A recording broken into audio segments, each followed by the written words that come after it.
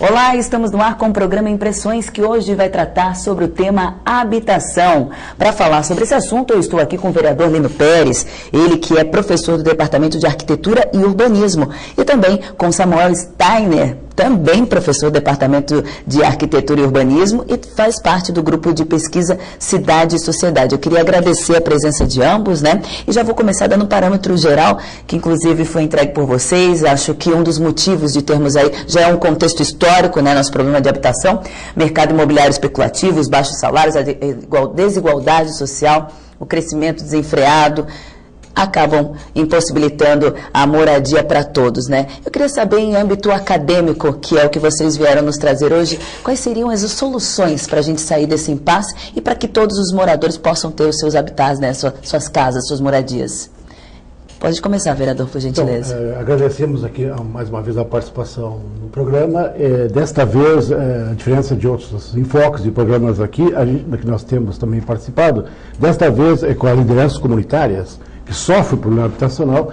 Agora, dessa vez, também analisamos do enfoque acadêmico, né, das pesquisas, e como é que a comunidade científica está analisando esse caso. Né? No caso específico, o professor Samuel Steiner Santos, que está aqui, existem outros pesquisadores também na área, em várias áreas, enfim, mas o professor em particular, né, ele tem desenvolvido um trabalho já longo de pesquisa sobre o programa Minha Casa Minha Vida, né, junto no curso de Geografia. E há outros também, o professor Marinê Sugai, que virá, espero que ela venha mais adiante, para abordar, que esses são os dois professores que estamos há muito tempo pesquisando as raízes e as causas profundas do chamado problema habitacional, que começou como problema que a humanidade se deu conta no século XIX. Né? E aqui no Brasil, já nos anos 30, 40 para cá, com o processo chamado de industrialização da migração cidade-campo.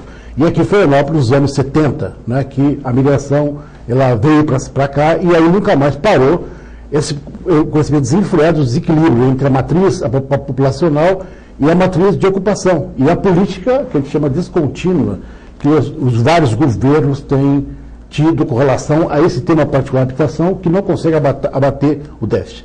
Então, estamos aqui, o professor Steiner, que está aqui conosco, para a gente ajudar a ampliar e analisar melhor as causas e os efeitos do chamado problema habitacional. Né? É interessante que a tua abertura que tu fazes, tu coloca para a gente a questão de quais seriam as soluções, né?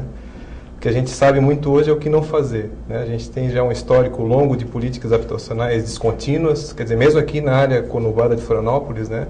A gente tem desde pelo menos a década de 60, 70, de ações bastante intensas do governo federal, que depois na década de 80, 90, elas praticamente sumiram do mapa, né? E agora a gente tem uma reprodução de uma política forte de construção de habitação, através do programa Minha Casa Minha Vida, que está tendo efeitos aí muito fortes, né? E a questão da habitação, ela vai muito além dessa produção da unidade habitacional, né, Lino? Então a gente vê que as questões que envolvem, a gente às vezes fala de habitação, né? A gente está acostumado a ver a habitação um pouco como a população tem que se virar para construir a sua moradia. Sim. Né? Não como um direito fundamental. Né? E está lá na Constituição Federal de 88, junto com a educação, junto com a saúde, a habitação também é, né, um direito fundamental e é dever do Estado, quando a população não tem condição de acessar a moradia ou acessar a terra, é dever do Estado prover esse tipo de situação para que a população possa ter uma condição melhor de moradia. De acordo com esse estudo, com esses dados que vocês trouxeram, nenhum conjunto habitacional foi feito pelo programa Minha Casa Minha Vida, né? E consta pelo alto preço, é uma das justificativas, e pela falta de política fundiária municipal. De que forma que a gente pode mostrar essa carência, né, para a comunidade? Assim, como que se chegou a esses dados? Eu quero esclarecer, há muito tempo que não há um programa político, programas contínuos, né? Sim. Só como falou o professor Steiner, na época, nos anos 70, do período militar, através das Coabs, né, se construíram alguns conjuntos habitacionais, como na zona de Monte Cristo, que é o Promorar, o Sapé, né, vários conjuntos, mas de uma forma muito descontínua, não tem uma coisa sequencial.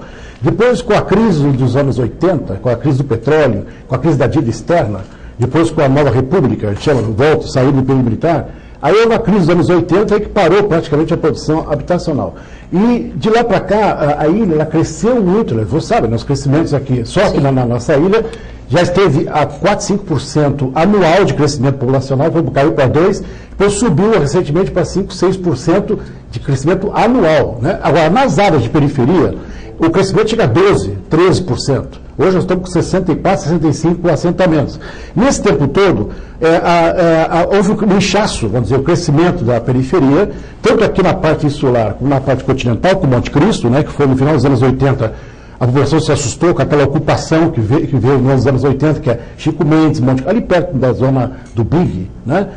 E a prefeitura não acompanhou isso. Enquanto isso, o mercado imobiliário foi subindo, a ilha está ficando cada vez mais elitizada, com preços imobiliários, só nos últimos 5 anos duplicou o preço aqui na ilha, sem ter, a prefeitura tem uma política de banco de terras, de uma reserva fundiária. Então, a prefeitura fica refém do setor imobiliário. Na hora que ela quer construir, por exemplo, tem uma gleba, em qualquer área aqui da ilha, para construir habitação, ela tem que pagar no mercado imobiliário, que é caríssimo o preço da terra, certo?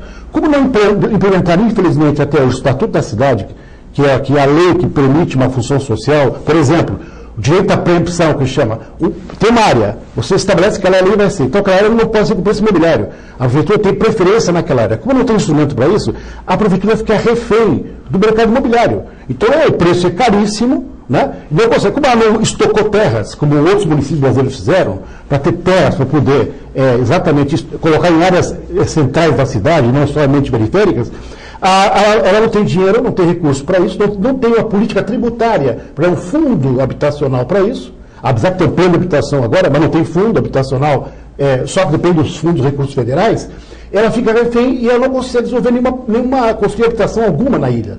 Então, ao ponto que chegou exatamente a Minha Casa Minha Vida, que agora finalmente tem créditos acessíveis do governo federal, né? De 0 a 3 e acima de 3, né? Até 10 salários mínimos. Na hora que o governo federal oferece um financiamento, a prefeitura não tem uma contrapartida que é comprar o terreno, porque o terreno é caríssimo. Então ela consegue, ela vai adiando o problema. Então, enquanto isso, aí vem o problema novamente que leva a razão desse programa aqui. Como a prefeitura não resolve, as pessoas vão tomando a iniciativa para as próprias mãos, que é através das ocupações, ou alguns preferem invasões, mas vai subindo o preço do aluguel é o preço do mercado formal, que é tipo de imobiliárias, e o mercado informal. Nas favelas hoje nós temos só na Serrinha metade de aluguel. Então as pessoas não têm como comprar, pagam aluguel, ou não tem situação, começam a ocupar as áreas. Isso é a ponta é o resultado de uma ausência de política. Então a prefeitura ela acaba sendo responsável, ela acaba sendo a causa do problema. Não adianta ela acusar o mercado imobiliário que eu não tenho dinheiro, não posso comprar. Agora que tem créditos abundantes do governo federal, para a Minha Casa Minha Vida, não tem terras para construir essas habitações. Vai comprar onde? Não é por acaso que Palhoça, a Minha Casa Minha Vida está sendo construída lá fora, porque os preços estão mais baratos do preço da terra lá. Que, aliás, o professor Samuel está estudando essa parte. O grande gargalo que a gente tem na questão da moradia é a terra, a questão fundiária, né? E isso não é exclusividade de Florianópolis ou da região aqui próxima, né? É um fator comum à maioria dos médios e grandes centros urbanos do país. Assim. A nossa história, a nossa herança de urbanização é essa. Uma urbanização desigual, né? Extremamente excludente, né? E Florianópolis a gente sente isso no dia a dia, né? Só que muitas vezes os circuitos informais que estão em cima dos morros ou nas áreas insalubres também estão sendo construídos de uma forma muito intensa na periferia.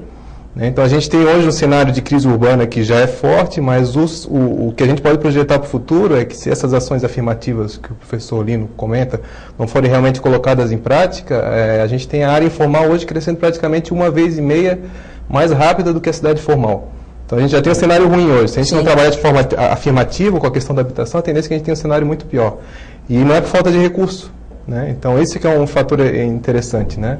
A gente tem um problema Minha Casa Minha Vida, que talvez seja um dos problemas que tenha drenado o maior recurso do governo federal e que tem resolvido muito pouco a situação, porque ele tem o déficit habitacional, que é a população sem moradia, cerca de 80% está na faixa de 0 a 3 salários mínimos. É a população que recebe muito pouco.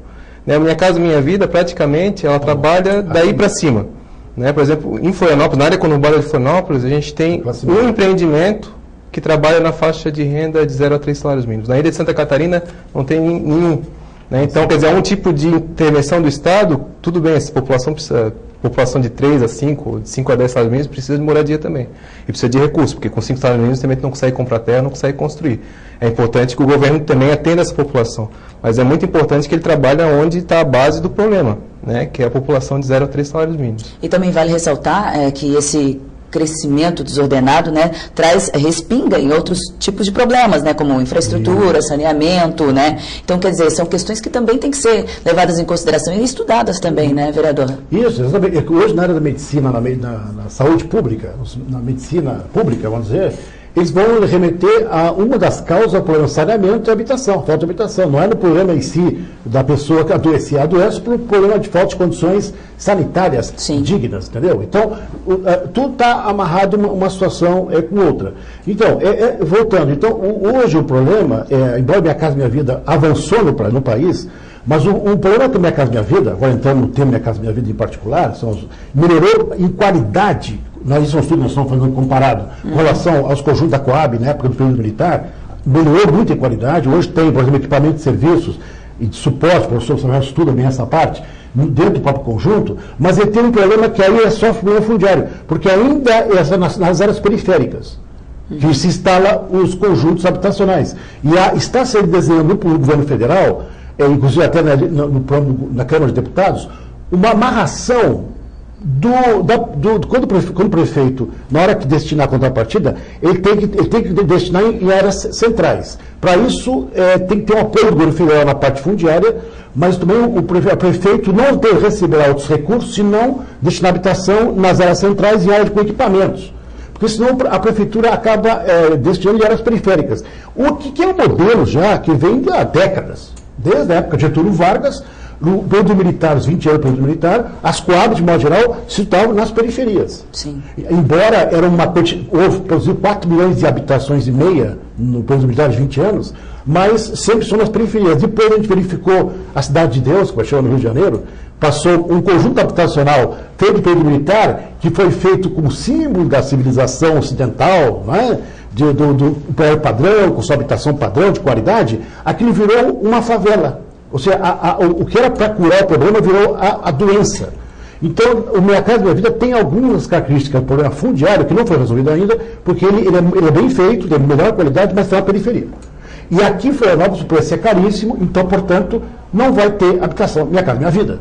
Porque a prefeitura não tem fundos para isso. Então, o governo federal não tem como, vamos dizer, forçar a prefeitura a colocar em áreas centrais, que é um problema isso da legislação, a falha da legislação. Então, tem habitação em abundância, mas nas áreas periféricas. E ainda mais, o professor Stein falou, não pega a faixa de 0 a 3, que chama entidades, é o setor em cooperativa, o pessoal que mais precisa. Pega a parte 5 até acima. Nesse aspecto, curiosamente, é muito semelhante ao período militar. O período militar também, as Coabs, que produziram em massa 4 milhões de habitações, não conseguiu pegar o de 0 a 3. Embora no discurso, nos programas que apareciam das Coabs, do BNH, na época, dizia não, habitação para os mais pobres, mas na prática ela desviou para a classe média. É só um dado interessante, né? Estimava-se que antes do início do programa Minha Casa Minha Vida, o déficit habitacional, né? População sem, famílias sem unidades habitacionais ou que moram em coabitação, era entre 8 e 10 milhões. E varia muito de acordo com a metodologia. Sim. Estudos recentes, depois do programa Minha Casa Minha Vida, dizem que o déficit se manteve. Porque justamente a população precisava de moradia e ela não foi atingida. Quer dizer, o programa Minha Casa Minha Vida serviu para estabilizar a demanda. Entendi. Né? Mas não tanto para atacar o problema que já existia, a herança que já existia. Né? Bom, nós vamos continuar falando sobre isso, mas nós vamos a um rápido intervalo e já voltamos falando sobre o tema habitação para você. Não sai daí, a gente volta já já.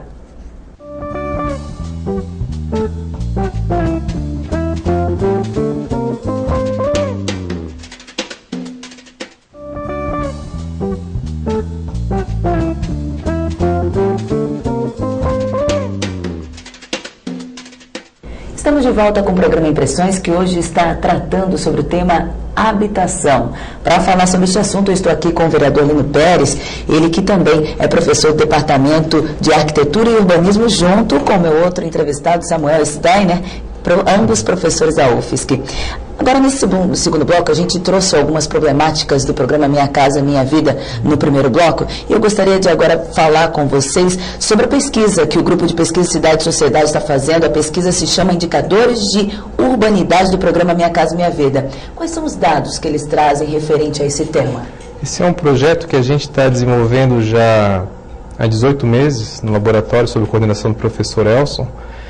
E a gente levantou os empreendimentos, todos os empreendimentos estão sendo construídos na área conurbada de Florianópolis. Então, Biguaçu, São José, Palhoça e Florianópolis, né? Ao todo, a gente chegou ao número de 50 empreendimentos, né?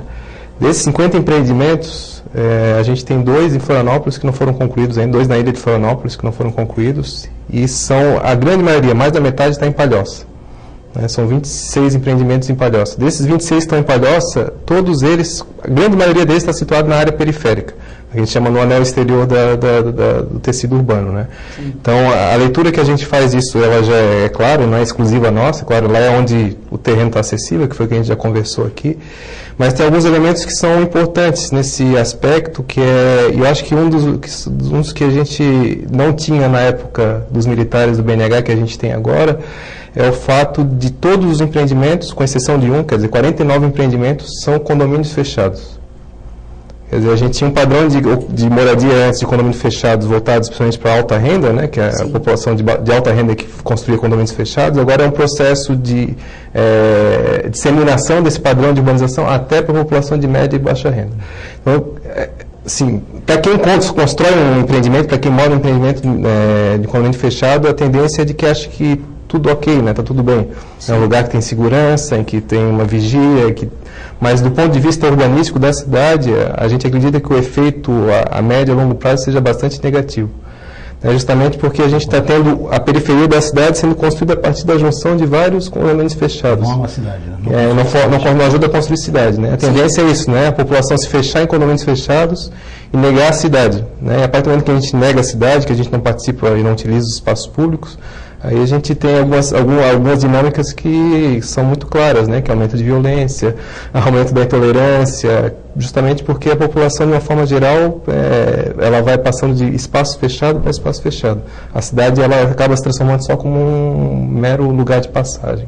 Então, esse é um dos elementos que chama muito a atenção na pesquisa que a gente está fazendo. Além desses, e qual o objetivo inicial dessa pesquisa? Como é que surgiu a ideia de se... Essa foi um edital financiado pelo governo federal, através do Ministério das Cidades. Isso é interessante. O próprio Ministério das Cidades percebeu que o programa Minha Casa Minha Vida estava tendo dificuldades e limitações grandes, e chamar os grupos de pesquisa de várias universidades para colaborar e no sentido de oferecer subsídios para melhoria, para aperfeiçoamento. Aí tem cada grupo de pesquisa pegou um enfoque específico, pegou a parte financeira, pegou a parte institucional, a parte política. A nossa pesquisa específica trabalha mais na questão urbanística, né? Qual é o impacto dos empreendimentos na relação com a cidade, na relação com o entorno, né? A ideia nossa é que o empreendimento Minha Casa Minha Vida ele deveria ser acompanhado de uma preocupação que vai muito além só da questão da unidade habitacional, de construir um teto. Né? E a gente vê que às vezes isso é muito recorrente, né? Porque a partir do momento que a gente pega a população que mora em áreas centrais e coloca numa área periférica, a gente pode estar resolvendo a situação da unidade habitacional. A pessoa tem um lugar para morar, né? Mas talvez a gente esteja criando um problema muito maior, que é a questão do direito à cidade. A mobilidade urbana. Mobilidade urbana, acesso a posto de saúde, a escola, a serviços, locais equipamentos, públicos, locais públicos, né? Então, essa discussão que a gente está falando, né? Como é que esses empreendimentos estão se inserindo no espaço urbano da área aglomerada de Florianópolis. E quem pode ter acesso a essa pesquisa? Tipo, líder comunitário? Quem pode ter acesso? O laboratório é totalmente aberto a quem mostrar interesse para a pesquisa. O único problema é que a gente está agora no processo de reflexão. Né? Então, não tem nenhum produto ainda terminado, mas a ideia nossa é que até fevereiro do ano que vem, 2015, a gente finalize a pesquisa, faça os relatórios e a partir daí a gente possa divulgar também, que às vezes é um pouco o vício nosso da academia, né, Lino? De fazer as pesquisas e de elas ficarem presas dentro do ambiente da universidade. Então, a gente quer, de alguma forma, também que as pessoas, a partir desses programas, dessas formas de divulgação, tem acesso e o laboratório é totalmente aberto para... E que seja um start para as soluções relacionadas ao tema habitação, né? O senhor estava falando anteriormente, vereador, sobre 65 assentamentos de comunidades, mesmo com as obras do PAC e o maciço do Morro da Cruz. Então, quer dizer, ainda é um dado bastante alarmante, né? Dentro de 65... Ah, sim, está incluso. Tem 17 comunidades do maciço do Morro da Cruz que estão com obras do PAC. Sim. Cujo estágio está mais ou menos na metade. Tá? Que deveria estar muito mais avançado, uma série de dificuldades que a prefeitura está tendo de contratação, enfim, desse empreendimento, ele está incompleto ainda. Né? Sim. Falta ainda o maciço do morro, por exemplo, da costeira, falta outras áreas dessas 64, 65 áreas. Entendi. Sabe? Agora, isso é importante, esse tipo de ação do PAC, que a gente começou na época do governo Lula, que nós teve aqui na inauguração, isso é um tipo de programa chamado de regularização fundiária, que, vamos dizer, que corre em paralelo a habitações novas, que no caso Minha Casa Minha Vida é um tipo de programa de aplacar o déficit. Ou seja, o que é déficit? É as pessoas que vivem em coabitação, as pessoas que vivem de aluguel. Coabitação são duas famílias numa mesma casa. Né? Vivem na mesma casa, 2, 3 famílias na mesma casa. Então isso aí está revelando que é um déficit habitacional, certo? Ou que vive em aluguel, que tem uma grande parte que foram vive de aluguel. Hoje a prefeitura tem um cadastro que chega a mais ou menos a 14 a 15 mil famílias inscritas, né, que estão precisando de habitação. Né? E é muito lento para atender essa demanda toda que a prefeitura está... Fora que, além disso, deve ter outra parte que a prefeitura não levantou. Bom, então, a regularização fundiária, o que é? É o passivo social histórico de décadas passadas, ou seja, de pessoas que têm a sua casa, mas não tem estrutura, não tem problema de saneamento, tem problema de transporte, etc., equipamentos. Então, a regularização fundiária é para suprir equipamentos às comunidades, para ter integração à cidade, tá? Dar o mínimo de programas sociais, de inclusão social para essas áreas, que no caso do Brasil, no programa do Lula para cá, né, chamou de PAC. Né? Essa é a parte. Há outras habitações novas, ou seja, para futuro. Também, né? Porque a Minha Casa Minha Vida é um tipo de programa de habitações novas. Então, esses dois braços são fundamentais da habitação. Agora, o que o professor Samuel está levantando, não basta construir habitação, tem que construir cidades. Porque a cidade, isso é importante. Hoje nós estamos com uma urbanização no país de 85% da população brasileira, ou seja, 200 milhões, 160 milhões estão nas cidades hoje. O mundo hoje está, a metade hoje da população mundial estão nas cidades. Então, a cidade passa a ser o grande locus de vivência humana. E não pode viver sob medo. Ou seja, em condomínios fechados, que antes foram os condomínios, começou nos anos 80, de loteamento para condomínio, que as pessoas se fecham por violência urbana, alta renda, agora está disseminando para baixa renda também. Já vivendo em condomínios, no meu caso, Minha Casa Minha Vida. Então não pode, o governo federal tem que ter uma política, além de fundiário, já falei, de trazer essas casas novas para o centro da cidade, não só na periferia, mas também um programa, uma ação articulada e combinada de construir cidades, espaços públicos e grandes espaços públicos e tirar os muros dos condomínios. Por exemplo, o plano diretor atual, que nós fizemos uma crítica muito grande sobre o plano diretor que foi aprovado agora no início do ano, aqui em Florianópolis, tem um aspecto interessante, que qualquer loteamento ou condomínio, viu, professor, ele coloca que as áreas verdes previstas, segundo a lei 6766, que prevê de 15% a 20% de área verde, que ela fica para o lado de fora do condomínio. Ou seja, tu passa numa avenida, numa rua, tem um condomínio. Em vez de ficar lá dentro dos muros, daquela área de lazer, para as crianças daquele condomínio, parte daquilo, metade fica para o lado de fora. Sim. Entendeu? Que fica um cinturão verde na frente do condomínio, que a população, de modo geral, desfruta daquela área de lazer. Não sei se está claro.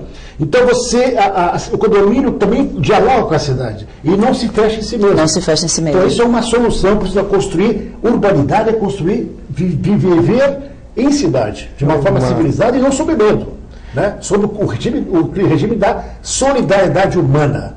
A cidade só tem sentido se é para nós crescermos e não para estar nos atacando no meio urbano. Uma coisa que eu acho que é importante de refletir nesse momento é que a gente já tem uma história, né, já tem uma herança, a gente já tem uma reflexão sobre a questão habitacional. né? Não é esse momento agora que Sim. o governo federal passou a construir moradias, né? Então essa reflexão já deveria ter gerado frutos no sentido de amadurecimento das propostas, né? Então o governo federal, desde 2005, teve uma iniciativa bem interessante de criar um Sistema Nacional de Habitação de Interesse Social, de criar planos locais de habitação de interesse social, de criar conselhos, fundos, criar toda uma estrutura que pense de forma permanente a questão da habitação.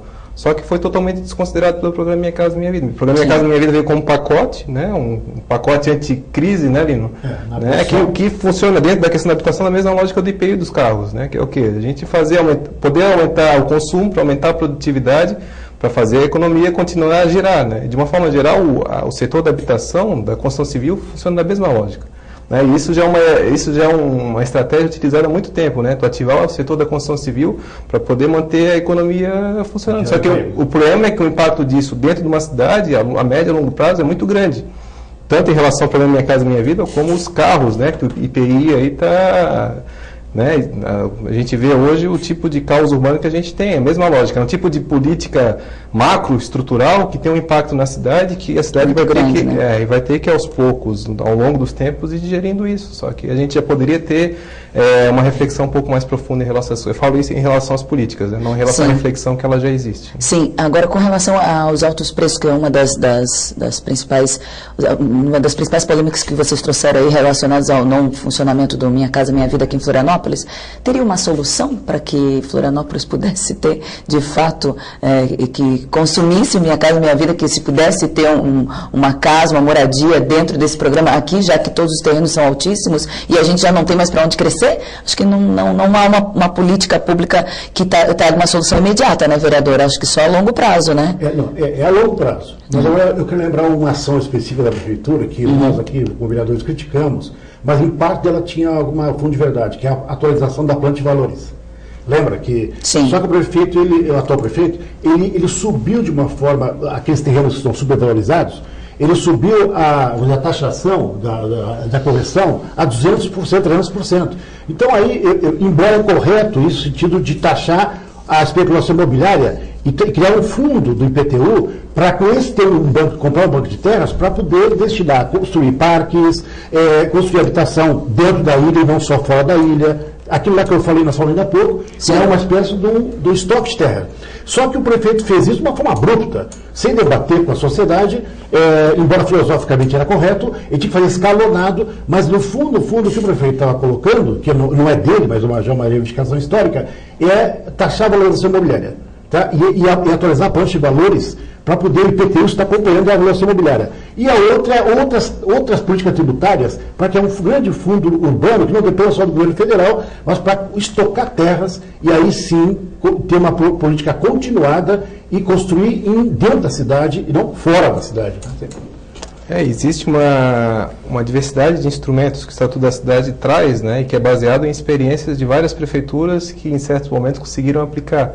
Né? Então, operações urbanas consorciadas, direito de preempção, IPTU progressivo, o solo criado, são todos instrumentos que existem, a gente não vai entrar em detalhe porque é um aspecto bastante técnico, mas que existe e que está à disposição da prefeitura. Né? É claro que precisa, assim, queira ou não queira, ela vai de uma forma bastante forte, intervir numa dinâmica de valorização da terra. Né? Só que ela tem instrumentos para isso, basta realmente que ela coloque a máquina para funcionar nesse sentido. Né? Quer dizer que a Prefeitura também já avançou no plano, chama Plano PMIS, Plano Municipal de Habitação e Interesse Social, que ficou mais avançado que o próprio plano diretor. E não se articula, não dialoga com o plano diretor. Mas lá tem várias áreas reservadas dentro da ilha para destinar para a expansão habitacional, habitações novas.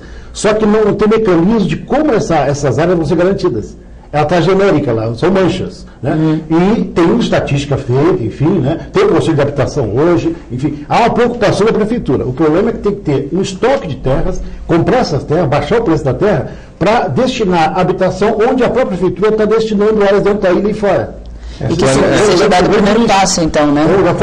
E planejamento, né? Se antecipar, né? Na verdade, geralmente, a tendência é correr atrás do incêndio depois que ele está já está posto, né? Mas isso aí, antecipar, né? A questão da dinâmica do mercado, tu conseguir fazer reserva de terras, conseguir baixar o preço da terra. Baixar o preço da terra, tipo, então, mas são coisas que precisam de tempo, né? Não é com certeza, é o que a gente espera, né? Que seja a longo prazo, mas que venham as respostas, né? Queria agradecer a participação de vocês, Samuel, vereador, e mais uma vez aqui num debate tão polêmico e tão importante, né? Sobre habitação. O programa Impressões de hoje vai ficando por aqui. Nós falamos sobre habitação com Samuel Steiner, professor da UFSC e do Departamento de Arquitetura e Urbanismo, junto com o vereador Lino Pérez. Nós voltamos em uma próxima edição com mais um assunto de total interesse para a sua cidade, Florianópolis, nossa cidade em que moramos. Até lá!